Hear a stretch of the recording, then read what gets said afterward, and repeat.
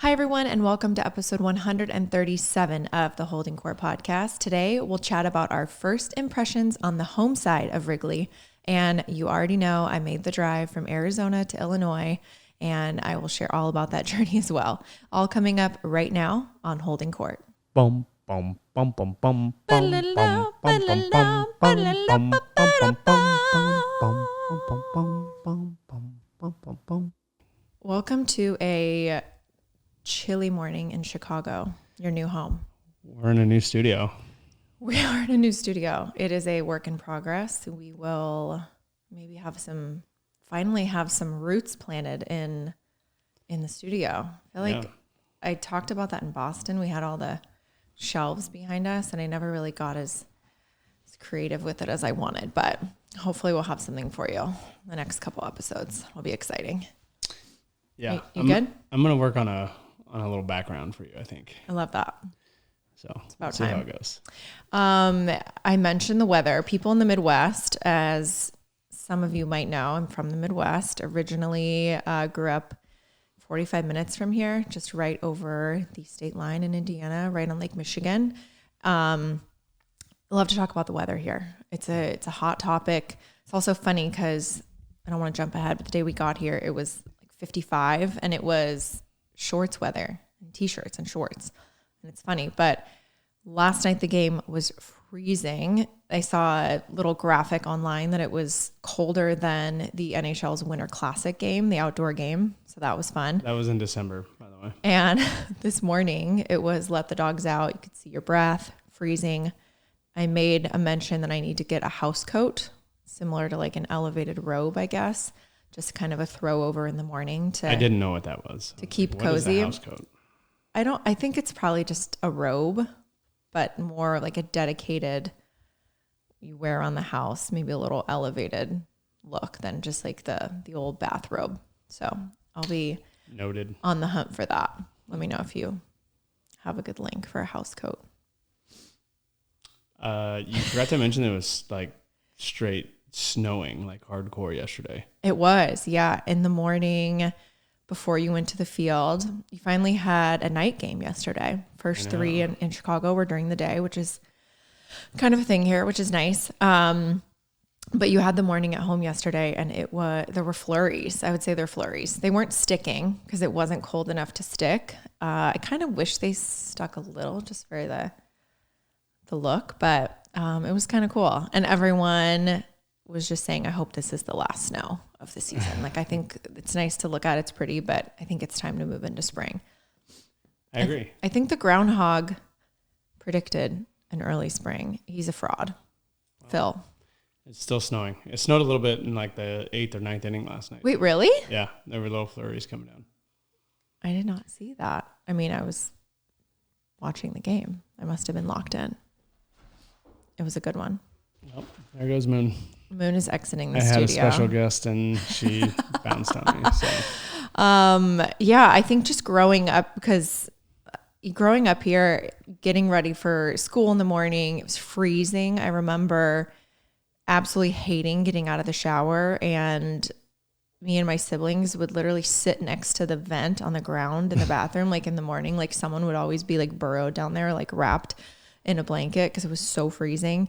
And then you go outside, and if there's snow, you have to scrape your car. There was no automatic starter situation. So scraping the car, or you can do like the look out the window, like the Ace Ventura style. But no, you're cleaning it off, the whole deal. And not living here for, I don't want to say how long, a long time, you get soft, and it happens really fast. And so I have to get back to being tough in the cold, I feel like. I don't know if you'll ever get there. Yeah, I don't think I'll ever get there. And for a California guy, for you to say it was a light snow, I thought it was snowing pretty good, even though it wasn't sticking. It was like, it was flurries. It was coming down. Yeah. Like they were hitting the railing and like breaking apart into like 10 pieces. So that's a decent size little snowball. The flakes were bigger, but I think just the quantity and the style, I would classify them as flurries. At one point they were floating. They were actually floating up. Yeah. And I was like, okay, like that's a good size snowflake. when it's like going and it's like rocking and then it starts making its way back up, you're like, okay, that's pretty big snowflake. It's in my opinion. It's also interesting other teams coming here. Oh. And I feel like if you can toughen up and like embrace this weather for the first couple homestands, you guys don't tell our secrets. You're just a little more used to it, right? I don't know if you ever get used to it, but no, I definitely think we were talking about it yesterday. I think Ben Brown was saying on the bench, he's like, it's crazy to think like everywhere we go to play is going to be warmer, and everyone that comes here to play, it's going to be colder.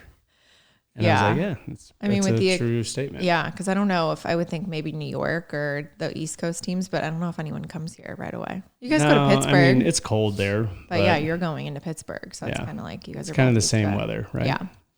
So. Well, we do have to talk about last week because you did get bumped for Vanna, and I just wanted to get your thoughts on that episode. I tried to get you to come in. I think I mentioned that. There was no way I was going to even come close to taking that or being a part of that. I got nervous. And then I thought it might have been cool for you to be on there as someone that's not an obsessed fan. No, maybe a different perspective. I like when that's your dream guest to have on the podcast and her team reaches out and wants to come on and she comes on, like I want to let you have all of that. I don't want to take anything away from you and that. So I'm glad you forced me to take the training wheels off because I feel like you're my crutch. I mean, I still make you call the dentist and cancel my appointment if I don't go because I'm afraid they're going to yell at me. You make me call everyone. What do you mean the dentist? I don't know why. You're like, can you call my best friend and ask her if we can go to lunch tomorrow? I'm like, what? I know that people can relate to that 100%. I remember my very first job when I was 14. I worked at the water park. And one day I really did not feel good. And I made my dad call me out. And like I was old enough to have a job, but I still made my dad call me in sick for work. And now you've taken that role. And I don't know what it is. Are they going to yell at me if I miss my appointment? I don't know. And I'm afraid. But it's weird because in some situations I'm so assertive and I'm so on it. But when it's a situation where I almost feel like I'm letting someone down or I'm requesting something where I might get turned down, I can't do it. So I had to take the training wheels off and go on my own last week. And it was fun. I was nervous. I mean, the voice was shaking. I was doing my awkward laugh, but I did get a really good response and it made me feel good that people found it like charming. And they said, oh, well, we've been with you for years and we know how much that meant to you. So it made it that much cooler that you were nervous and we felt that too. No, I thought it was really good. We were in, where were we? We were in Sacramento. Yeah. When it came out and I went to breakfast by myself. Love that. And threw in the AirPods. And Moon just tried to unplug you. I know. She almost Studio takedown. Threw in the AirPods, was listening to the episode while I was having breakfast, and it was so good, and I was so, like, into the episode. I don't even think I told you this. I literally gave the waitress my credit card, got the check, and she brought it back and set it on the table, and I was still listening to the episode, and I got up and I just walked out. I didn't even sign the check. I left my credit card. I had to go back that night and get my credit card. So I was super into it. It was really good. And yeah, I hope I have that effect on everyone that listens. They're just out of sorts and they're just dining and dashing. And well, you left your credit card. Yeah. You paid. You didn't dine and dash. I think everyone loved it. I especially think everyone appreciated the update on Pat. And yeah, I think you nailed it. You did really good, and hopefully it helps you open up and broaden your courage. Yeah. To go out and try to interview more superstars like Vanna. Yeah, I gotta go for the big fish. I'm gonna let Moon escape. No, you're good. I think, yeah, you make a good point, and I used to say asking someone to come on your podcast is like the old school asking for a ride to LAX in Los Angeles, pre-Uber. It's kind of that big favor, like, will you help me move sort of thing when you can only afford to pay them a pizza and beer and all that. But no one's ever really said no. I mean, Ashley Kelly kind of danced with me for a little bit, and she kind of kept dropping hints she wanted to come on. And I think people are just nervous, and I always prep them really well. If they want, I'll just send them everything I'm going to ask them, and just, but I don't love that, because then I feel like you could end up like rehearsing answers. But if they're nervous, like, I'm happy to share. And again, it's not live. So if they were to ever say something and then they go back, which I've had one person do that, I won't say who it was, and say, I didn't love that, can you just yank that out of there? No problem. I will do that. So, yeah, we'll see. Stay tuned. I'm going to cast a wide net, and we'll see who. Are there any names, like, off the top of I'm putting you on the spot now. Any names off the top of your head now that you're like, okay, like, I got Vanna, she came on, she crushed it. The episode was a huge success.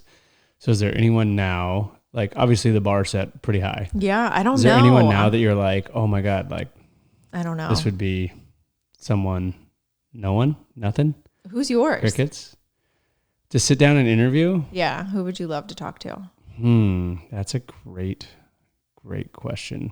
I think Dan Marino would be a good one. A really good one. I think,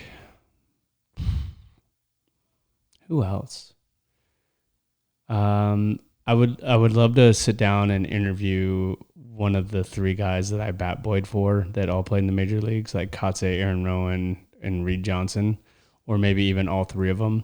And then I think that would be awesome. And then also I would love to get Matt Chapman on here, because he bat boyed for me when I played at Fullerton, and now he's obviously doing great things. So I think that would be just like an interesting, like, full circle kind of. Totally. If we get all five of us on one, I think that would be why not sick. But this is holding Kourt. It's not holding Justin. So no one's holding you. I'm sorry. No one's holding me. You actually teed it up perfectly for us to chat a little bit about Sacramento. You guys played there the first series. So after you guys opened up in Arizona, which I mentioned was convenient for spring training purposes, to be able to, stay at our place and go to the games, and then for me to get on the road. But when I hit the road, you hit the road up to a different stadium. Yeah. So I want to hear, obviously I watched all the games and you guys absolutely crushed it. You love playing there. You probably hope that they keep playing there for 20 years the way you guys were playing, but I want to hear a little bit about your experience, how the fans were. Did the stadium feel like a major league stadium with the crowd? Did it kind of feel like the COVID games where there were just a few people there? There was, I don't know. Like, no, the stands were packed. Yeah. Obviously it is a minor league stadium, so the capacity isn't. What is it? Do you know? I don't even know. I was guessing like 12,000. Yeah, around. I don't know. Maybe, I don't know. Yeah. It was like, it had the minor league feel to it, because all right field is like a grass hill, and a bunch of people were out there in like lawn chairs and blankets, just sitting on the lawn. But overall, it wasn't horrible. They did a really nice job with the clubhouse and the facilities and the batting cage, and that aspect of it is definitely nicer than what it was for the visiting team at the Coliseum in Oakland. Okay. There's more space. It's upgraded. Everything's new. A really nice kitchen and tables to sit down and eat, which they didn't have at the Coliseum. It was this little like closet-sized food room, and then you would take your food out into the middle of the clubhouse, and there was just a couple tables in the middle of the clubhouse in the Coliseum. There were tables outside, right? Because I went to those games was also tables, last year. Yeah, like there were tables outside. So, and then there was always like cooking on wood, or a company would come in with a food truck. Yeah, okay, I saw that. And they would do hot meals up there, but you'd have to walk upstairs out of the stadium into the parking lot. You would get your hot food, and then there was some picnic benches that you can eat in the parking lot. Yeah. So we didn't have to do that. So that was nice. That is a nice upgrade. The batting cages were better. They were right across the hall right across the little access road in center field from the locker room. Yeah. So we didn't have that long walk from the clubhouse in the Coliseum all the way out to center field, because the old cage was in center field in Oakland. But then the only downside is everything is still in center field, and there's nothing in the dugout. So it was pretty cold. It was pretty windy when we were playing. And if you're on the bench trying to get ready to come into a game, there's not a lot of area to like move and get loose and do anything unless you run out into center field in the middle of the inning and go to the cage and get your cage work in. And then when the inning ends, you got to run back in all the way across center field. So your guys come out in center and Saya. Okay, So Saya I was did see DHing. I saw a video of that. Okay, yeah. So every inning, Saya was running out to center field, going to the cage, hitting to stay warm, and then he would run all the way back in. And then after the next at bat, he'd run back out to center field. So what was your you pinch hit the one night and you came in and then you stayed in the game, I want to say. So did I make that up? What would so you can't there's really nowhere to get warm, or is that? So the first game, no one went down to center except for Saya. Yeah. And we were winning by a lot, so no one needed to warm up or get ready to go in. Yeah. Birdie and Workman actually got in the game, and they kind of just like raw dogged it. It's just like, all right, whatever. We're just gonna jump up and down and run a couple of little sprints, and we'll get in. Yeah. But the next night, the three guys on the bench, Carson didn't go because he wasn't catching, but the three guys on the bench all ran down in the fourth inning, and it sucked because it was a good thing because the the bottom of the inning was super quick. It was like 1, 2, 3 and like 12 pitches, but it also sucked because it only gave us like 4 minutes to each. We each took like 8 or 9 swings, and then that was it. And we had to run back down to the dugout, and just the run alone helped getting loose and warming up. And then I did end up pinch hitting and staying in the game, but maybe there was something there, just the quick get in, go. You guys were crushing it. So no, it was great. The overall experience was, I guess better than you kind of anticipated playing in a minor league park. It's still, the fans in Sacramento were fired up to have a team there. I did a Home Depot run because I was like looking for some stuff to, set up a board game on the plane, and all the people, team dad, all the people in Home Depot were so excited and so fired up.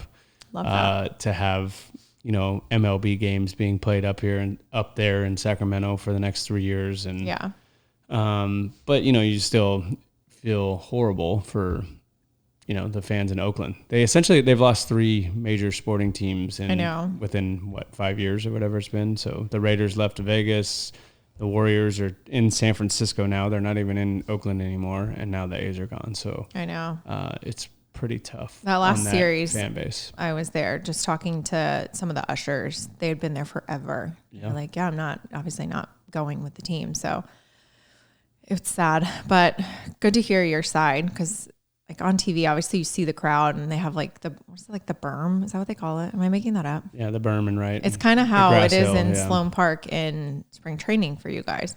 So it's just interesting to see. It just almost felt like a continuation of spring training games, essentially. So, and it's funny, although it was in Sacramento, and I imagine it was a lot of people from Sacramento there, but I think there was a lot of fans from Oakland who came up for it, because there were still chants during the game, like sell the team, stuff like that. So I feel like the A's fan base, a lot of them are still going to root for them. It's not any of the players' fault or the staff fault or anything that they're going through this. Right. So I imagine the fan base is still going to be pretty diehard A's, no matter where they are, no matter where they go. But it was definitely different. I don't know. You bailed on the Rams when they left LA, so went to the Dolphins. So I did. It's possible. I did. I do want to say one thing. They did do a really nice job of highlighting Ricky Henderson, who passed away this offseason, and a massive tribute video to him, and it was well deserved. And every player on the A's wore 24 for Ricky on opening night. I don't know if you realize that, but really cool. Which was really cool and a really nice touch. And obviously he's an icon for the game, and no one will ever come close. It's one stat that I didn't really think of. Everyone's like, oh, what's one stat in sports that no one will ever beat? It'll never. And I think Ricky's stolen base I don't think anyone will ever come close to his stolen bases. Yeah. It's like 990 or something like that. It's crazy. Yeah. So I don't know the number exactly, but Yeah. I don't think it'll ever be touched. Yeah. So I love that they did that. good job, Sacramento. Yeah. That was really nice. Nice. Well, while you were in Sacramento, I was making the journey. It was me, Bo, Moon, Rigby, and our nanny. And we had quite the adventure.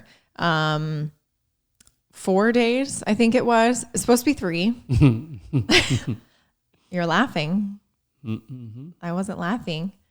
Justin, well, there's a lot that goes into this, and a lot goes into moving. I always say, like, we were in LA for almost a decade. We were spoiled. We never had to really worry about moving or spring training. It was all set up. It was great. And then now we're making up for all of that lost time and just doing moves and moves and moves and moves. There's a lot of logistics, obviously. Moving the drive, shipping an extra car. We had all of our stuff packed up in a pod from Seattle that was stored, that we had to give the all clear of where it could go. We found our rental in Chicago pretty late. I'd say like very late in the game. And so obviously you can't ship That's just our style, though. a pod or anything. I know, I like to play and see like how greedy I can get with like what place we can find and all that. And yeah, you obviously have to have an address to ship a pod. You have to get everything going. So you were managing a lot, and all the while like moving out of our place in Arizona, getting all of that ready, and now adding in a baby is another element of everything. Right. It's kind of easy when it's just us and all of our stuff, but that kid has a lot of shit. Like it's like everyone always says, oh, when they're little, like they don't really need much. No, he needs a lot. And it's even like the skeleton crew of everything. It's still a lot. Like there's just a lot. He definitely leads the league in toys. There's no way. It's not even, like, has just, more toys than him.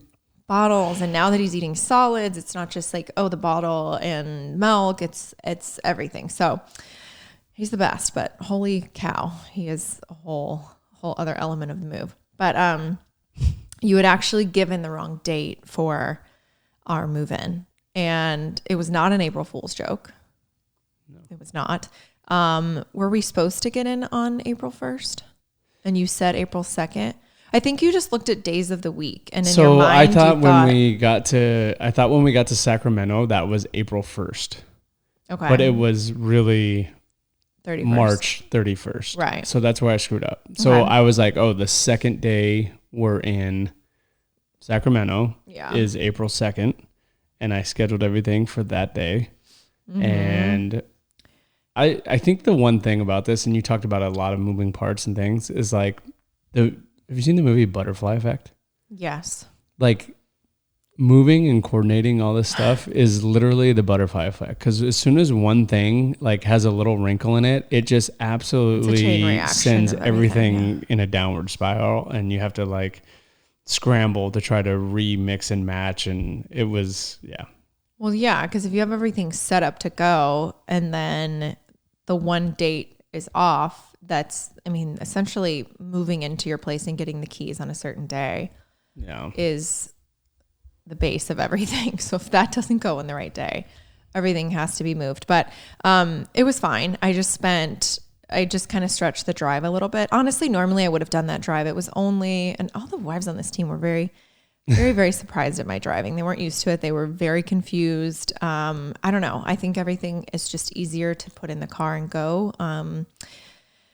I could ship everything. I could attempt to fly. I don't know. It just makes the most sense to me. And it was only, I think, a 24-hour drive.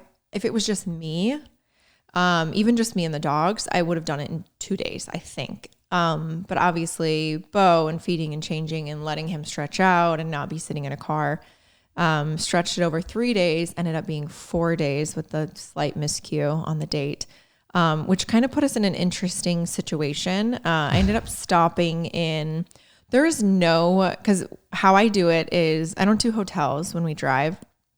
I rent an Airbnb. For us, it's just easy. You can book it. You can even book it same day, and you just get your code for the keypad. And then I find a place that has a little yard with a fence. So can do the keypad, get the dogs in the backyard, get them going, and then I can just unload the car, and then we're all good. And easier than a hotel, obviously baby, 2 dogs, all that. That's a circus I don't want to be a part of.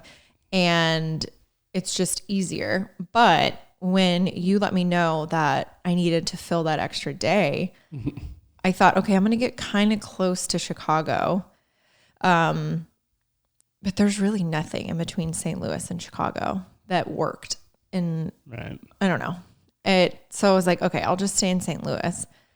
Not knowing, kind of knowing. I mean, my mom said, oh, there's some like Wizard of Oz kind of weather happening.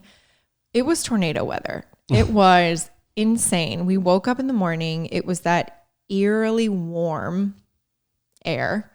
And then the sky was super pink on the bottom and then just black on the top. And I'm just thinking, thank you, Justin, for this delayed April Fool's joke that now we're going to be driving in this crazy storm. And it started raining, like thankfully got the car loaded, got on the road, and then it started raining. And I remember calling you and I was like, I'm nervous. Like normally I will drive in snow. I will drive for days. I will drive whatever. I hate driving in the pouring rain. I think it's just sensory overload, the sound of the rain on my car while I'm driving. I can't have the radio on. It's too much and I hate it. I really hate it. I would rather drive in a blizzard. And it was coming down and I was looking at the radar and it honestly kind of looked like there was a line that I was going to just be on the east side of. Like the storm was just a diagonal line and you're like, I think straight along the highway. Yeah. All the way And you were like, I think you might be able to drive straight through it. And I remember we got off the phone, you got to the game, 'cause you had an early game that day. And after that, it was great. Like it wasn't terrible. There was a little traffic, there was a little rain on that last day.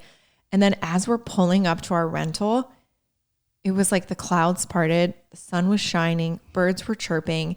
It was just so perfect. And I was so grateful because there was a moment when listen. No. I planned it perfect. No, I almost Annie-M'd myself, but truly it was perfect. And I have to like tip my cap to the Cubs. Clubhouse guys are amazing.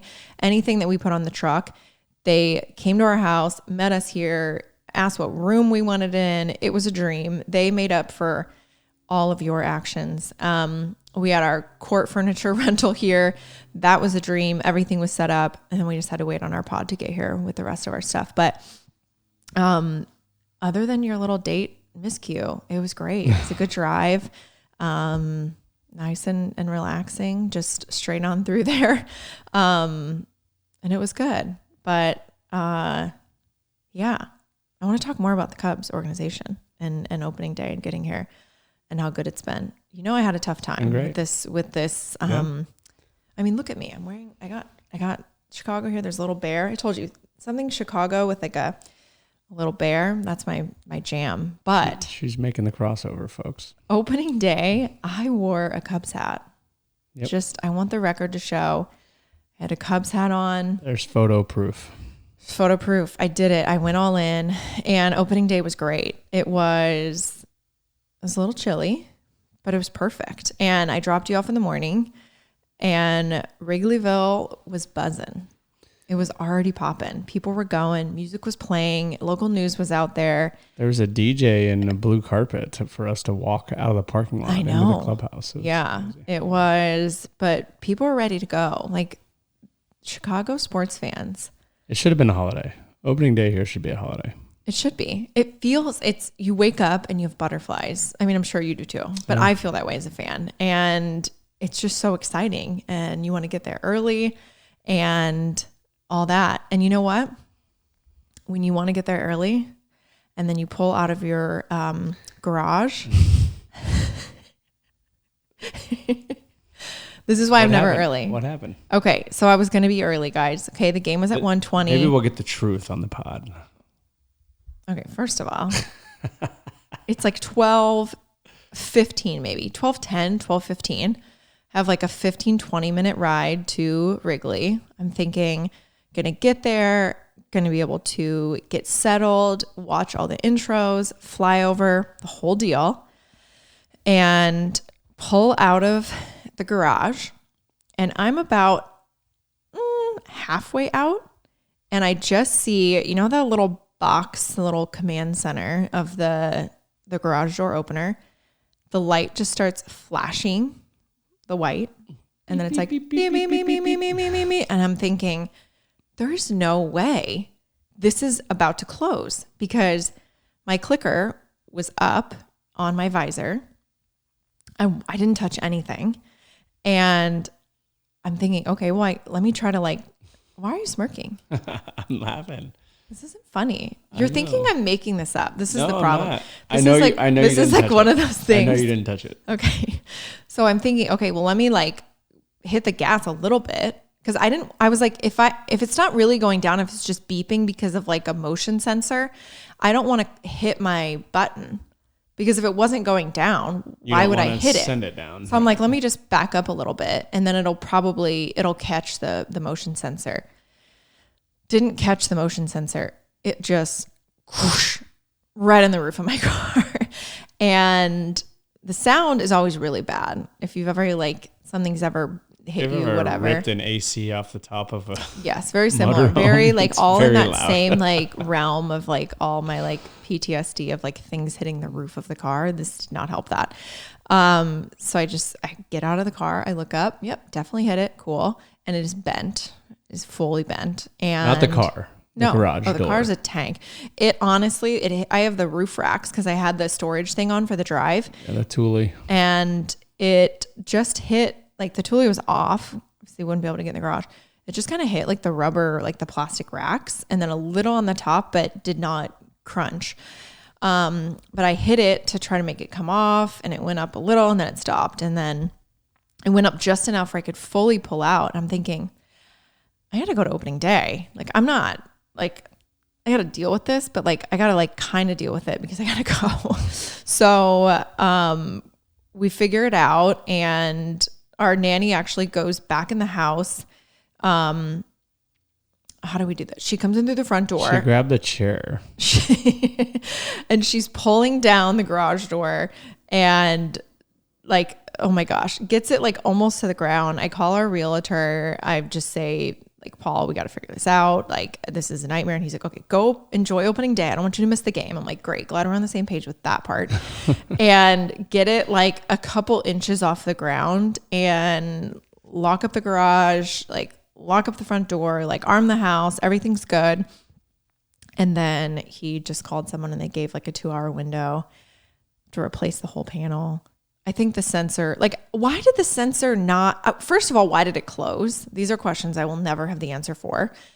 And why did the sensor not catch my car in front of it? It's just such a.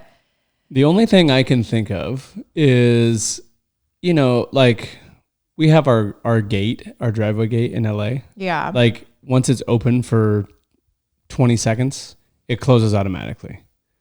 So I don't know if the owners here have some program where if the garage door is open for a minute or however long, it's going to close automatically so you don't accidentally leave your garage door open. And possibly, now this is stars aligning here. Yeah. The sensors in the garage for me are insanely too low. They're 2 inches off the ground. Right. But someone, I don't remember who I was talking to, someone was saying that they want the sensors low so people can't crawl underneath the sensor and get into your garage, which I'm not worried about someone crawling into my garage. I'm worried about the garage door closing on a car, which happened. Yeah. So the sensors are so low that I think when your wheels got past, your back wheel got past, the sensor was clear, and then maybe the timer ran out and it started to close automatically. And because there was clearance, because the sensors are so low, it just started shutting. But the tire, my back tire is that should have been the full motion. Well, it should have reset it. I agree. Whatever the timer was but that's the only thing I can think of. It would happen to me. It would happen to me. Yeah, everything happens and, to you. The guy came out, he said, we'll see you in 3 weeks. So, we're just of course, street parking in 3 weeks. It's like a custom, like it had to be panel on this garage door. There's no way this was going to just be like the stock model. They're like, There's we're no ordering way. it. It's going to take 3 weeks. So our garage door is shut and you can't even open it if you wanted to open it right now. So, sorry, you have to park on the street if you come to see us. We are on the streets. We're roughing it right now in the snow. Fine. I'm just glad we're okay. Honestly, I like things. So much shit has happened that I don't even know what it would take to really rattle me. Like I just was like, we got to figure it out and we got to move on. And I think most people would be like, holy Toledo, what rattled you?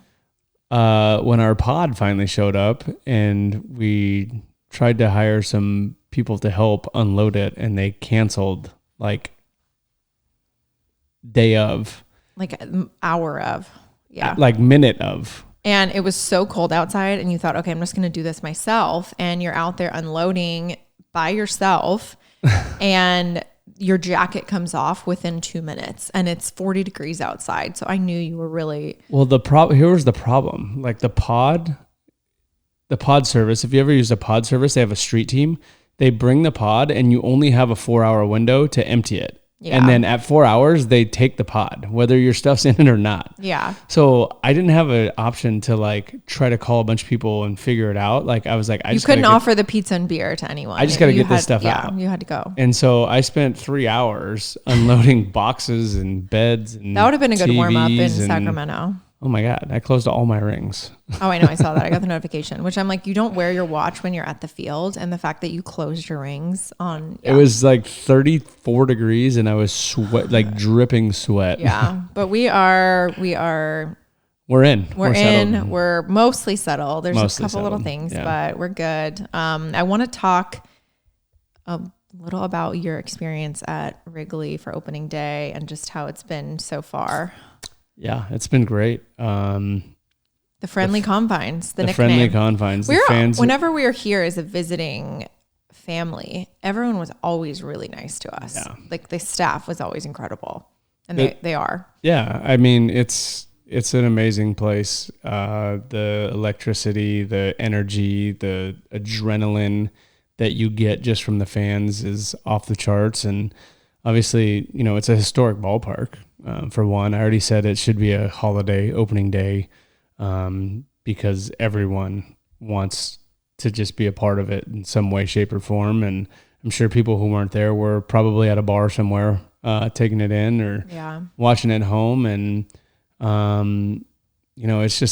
it's first class all the way. It's everything that they've done to this place, the upgrades that they've done are absolutely insane. Yeah. They took one of the oldest parks in all of baseball and they made it feel like a brand new stadium. So hats off. But still preserving it. It still looks exactly like Wrigley, minus a couple giant scoreboards. But even the upgrades, like the signage, the look, the decor, everything is still true to the original park, which is really cool. I always have loved coming here. Honestly, it's always been one of those. I know like the new stadiums are great and they're fun, but I'm old school. I'm a purist. I like it. But the upgrades are really nice. You definitely get the best of both worlds here for sure. Yeah. And it's been a great start to the season. I'll shout out a couple of teammates that have done some really cool things already in this early year. Carson Kelly hit for the cycle in Sacramento, which was really cool. Yeah. Ian Happ played in his 1,000th game as a Cub, which is extremely rare to be drafted by a team and then play 1,000 games for them. There's only like 6 other guys that have done it. It's like active players. Mike Trout, Altuve, Salvador Perez, Aaron Judge just got it the day before Happy got it. And I might be missing Kershaw maybe is the other one. Yeah. He's not active right now, but not a lot of guys have done that. So that's really cool. How many times do you think when guys, sorry to like distract, but how many times when guys hit for the cycle is the triple the last one? I don't know, but I don't think he realized it until he was like rounding second. And then he was like, oh shit, I got to go. His like, reaction on third was kind of funny. Yeah. Like, I truly don't know if he realized that he was a triple away from the cycle going into that at bat. Interesting. I think it kind of like hit him. Okay. Like as he was rounding first base, because you could see him like kick it in. I started thinking about it when guys have like a single and a double as their first two at bats. I'm like, ooh, cycle watch. We were talking about it last night with Bushy because he had a double and a triple. The triple's the hard one. I feel like. Yeah, the homer's the hard one when it's freezing cold and the wind. That's true. When you actually do have a cycle. Like, how do you hit it inside the park? You have a cycle in your minor league career. Yeah, last game of the season. Was your triple the last one? It was. People might be surprised to know that you have hit some triples in your day. It was the last one I got for the cycle, but I got another hit after. I was 6 for 6. Okay, I remember. Yeah. I think they did a bobblehead like to commemorate your cycle for the Bison. Maybe. It was the Bisons, right? Buffalo? Yeah, it was the Bisons. It was the last game of the season. We were on the road, and the whole team was like, okay, we want to get this game over with. We weren't in the playoffs. We want to get back to Buffalo, get our stuff so we can go home. So we literally were like, if you take a strike, you're getting fined. You're not allowed to take a strike. I love that. I think we took like 3 strikes the whole game. And we scored like 17 runs. Russ Adams broke the RBI record. I hit for the cycle. It was crazy. I was like, man, we've been having that wrong hitting philosophy this whole season. A couple games too late. Yeah. But no, that's cool. I remember that. I don't remember that. I remember that was a thing that happened to you before we met.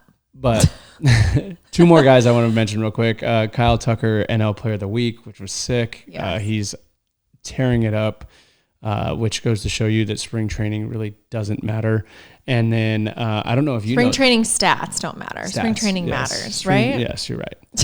I don't know if you know this. You were watching the game last night. I don't know if they talked about it, but John Birdie stole his 100th base of his career last night. So that's so he's cool. got 100 bases. Funny story about him real quick, because I know we're trying to wrap this up.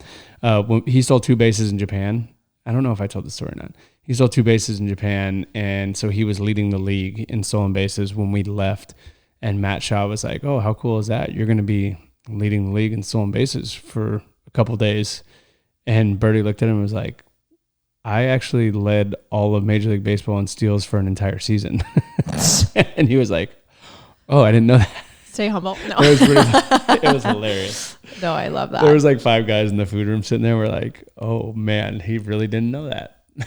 Whoops. Foot and mouth. Yeah. No, it's been cool.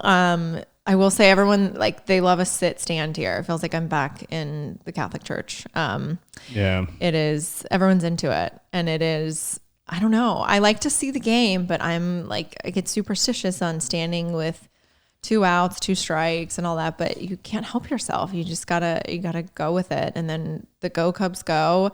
When you're on the other side and you're a visiting fan player, I'm sure that song, it's like, it gets in your head and you're like, shit, I can't be singing this. We just lost. But when you hear it on this side, I'll tell you what. And I'm like cleaning the kitchen at the end of the night. I'm still singing it. It's just, they know what they're doing. They really, it just gets in your head. It used to be worse before they redid the visiting side, but you can still hear it and it's still annoying as a visiting player. Obviously great as a Cub now to hear that song and you want to hear it. But when you're walking back to the visiting clubhouse, the stairs go over the concourse. So, and it used to be just a chain link fence with some like green screen on it.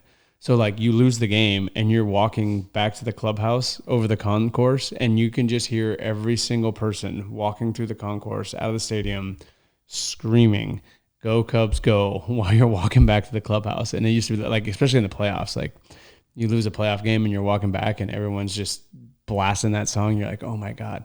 And you can still hear it now, but it's not as loud because it's kind of enclosed. Yeah. But like to lose a game in Wrigley and be walking back to the visiting clubhouse and hearing that song being sang is just kind of like an extra little twist of the dagger. Love that. So sing it louder when you're walking out, especially going down the first baseline. Oh, it gets in your head. It's and then before we go, I do need to talk about the goose that was in the bleachers because I feel like the bird situation, there has to be one every season.